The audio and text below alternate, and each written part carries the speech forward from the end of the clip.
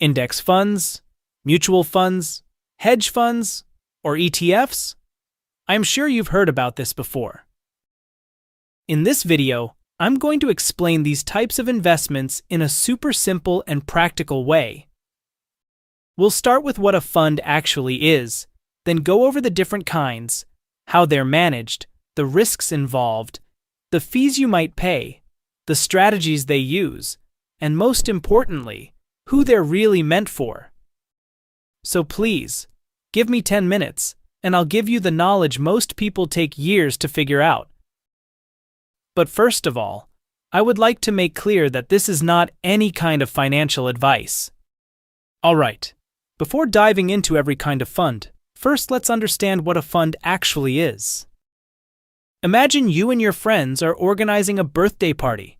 Instead of one person buying everything, each of you puts in a little money.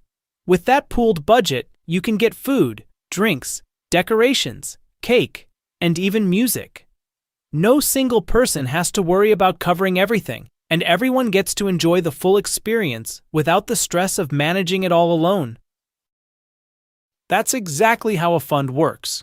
A group of people pool their money together, and that money is used to invest in a variety of assets like stocks, real estate, or bonds. Instead of trying to manage each investment yourself, the fund handles it for you, and you get to share in the overall results. Now that you've got a clear idea of what a fund is, let's dive into the different types. Starting with index funds, which are probably the most talked about on social media. You've likely heard influencers or finance creators say things like, "Just throw your money into an index fund and forget about it." But what does that actually mean? All right, an index fund is a type of fund that doesn't try to pick winning stocks. Instead, it simply copies a list or index of companies. But what exactly is an index? Think of it like a scoreboard or a sample group. It's a list created to represent a certain part of the market. For example, the S&P 500 is an index that tracks 500 of the biggest, most established companies in the United States. The bigger the company is, the more weight it has on the index. If the S&P 500 goes up, it usually means the market as a whole is doing well. There are all kinds of indexes out there. Some indexes track tech companies in the US, like the famous NASDAQ. This index includes giants like Apple, Microsoft, and Amazon, and it's seen strong growth over the past decade thanks to the rapid rise of technology. Then there are industrial-focused indexes, like the Dow Jones Industrial Average, or just the Dow. This one tracks 30 large, well-established companies across different industries. Think Coca-Cola, Boeing, and Johnson & Johnson. There are also indexes for small companies, international markets, emerging economies, and even specific sectors like energy or healthcare. I think you got the idea. No picking, no guessing. Index funds are passively managed, which means there's no one actively choosing what to buy or sell. They just follow the index. And that's actually a good thing, because it keeps the fees super low. You're not paying for a manager, just a system. Most index funds charge an annual fee, called an expense ratio, of anywhere from 0.02% to 0.20%. That means if you invest $1,000, you might pay just 20 cents to $2 per year in fees. Incredibly, right? Some of the most well-known companies that manage index funds are Vanguard, BlackRock, which runs the iShares funds, and Fidelity. Index funds are also known for being low risk, relatively speaking, because your money is spread across hundreds of companies. If one company has a bad year, it probably won't tank your whole investment, depending on the fund, of course. Before we move on, there's something really important to understand about how index funds work, especially when it comes to buying and selling them. Unlike stocks or ETFs, you can't buy an index fund at any time of the day and lock in the current price. Instead, index funds are only priced once per day, after the market closes. That price is called the net asset value. It's calculated by taking the total value of all the assets in the fund, minus expenses, divided by the number of shares the fund has. So, if you place an order to buy or sell an index fund at 11 a.m., your trade won't go through at that moment. It will be processed at the net asset value calculated after the market closes, typically at 4 p.m. This is what's known as the cutoff time. If you place your order before the cutoff, your trade will be executed on that day. This can vary depending on the fund management company you're using. Some may take a few days to process and execute your order.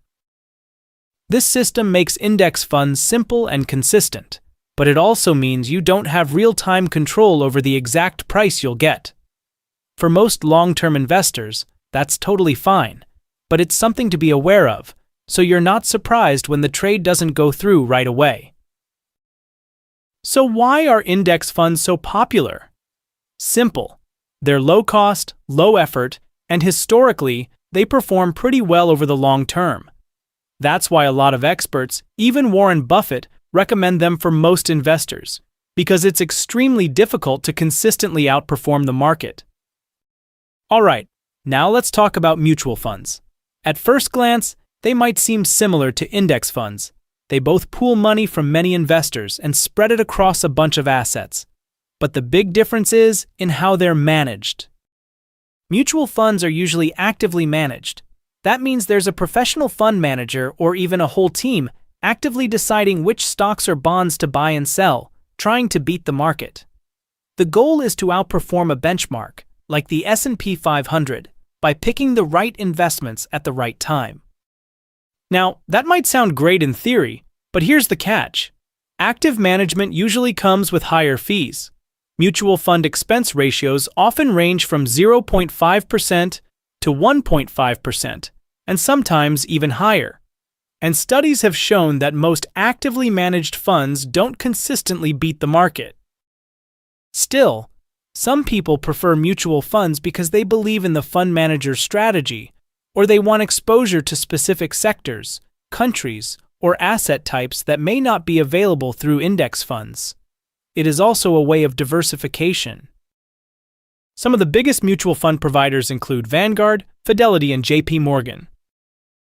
These offer a wide range of funds, some of which are actively managed and others passively managed, so it's important to check what kind of fund you're investing in. Moreover, just like with traditional index funds, mutual funds also execute trades at the end of the day. You can place your buy or sell order at any time, but it will only be processed after the market closes. Let's move into hedge funds, which are a completely different kind of investment compared to index funds, mutual funds, or ETFs. The name hedge comes from the idea of hedging risk, but in reality, hedge funds are more about chasing higher returns, and they do it using more aggressive and complex strategies. So what exactly is a hedge fund? It's a private investment fund that pools money from wealthy individuals or institutions and invests it in a wide range of assets, stocks, bonds, real estate, currencies, derivatives, etc.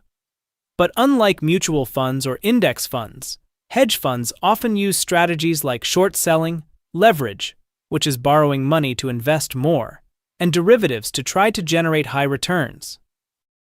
They're actively managed by fund managers, who often have a lot of freedom to make bold investment moves. This can lead to huge profits, but also huge losses. That's why hedge funds are usually only open to accredited investors, people with a high net worth or income, because the risks can be much greater. And the fees? Hedge funds are known for the famous 2 and 20 model, a 2% annual management fee, plus 20% of any profits the fund makes. That's a lot more than index or mutual funds charge. So to make it worthwhile, hedge funds aim for much higher returns, but that also comes with higher volatility. Finally, let's talk about ETFs, or exchange-traded funds. These are often seen as a hybrid between index funds and individual stocks because, just like a stock, they trade throughout the day on the stock exchange. But, like index funds, they provide diversification by pooling investments in many different assets. ETFs are bought and sold throughout the day, just like stocks. That means you can track their price in real time and decide when to buy or sell based on market conditions, making them more flexible. ETFs also have low fees, typically lower than actively managed mutual funds. Their expense ratios usually range from 0.03% to 0.75%, depending on the type of ETF and management. And because they're passively managed in most cases, they follow an index, meaning they're designed to track the performance of a particular sector, industry, or market as a whole. That means that if you want to invest in the S&P 500, you are able to do it using an index fund or an ETF that replicates this index. Plus, many ETFs can be bought on brokerage platforms with no commission fees, making them very accessible. In conclusion, for most everyday investors, index funds or ETFs are usually the best choice. They're low cost, easy to understand, and offer broad diversification, perfect for long-term investment. Mutual funds may be suitable if you believe in a specific fund manager's strategy or want exposure to certain sectors, but keep in mind the higher fees and uncertain performance. Hedge funds are designed for high net worth individuals who are willing to take on more risk and pay higher fees for potentially higher returns. They're not typically for the average investor. That's everything I wanted to make clear. I hope you understand every kind of asset. If you did, I would really appreciate it if you liked the video and subscribed. I will leave this video here, which you will probably like as well. Thanks for watching and see you very soon.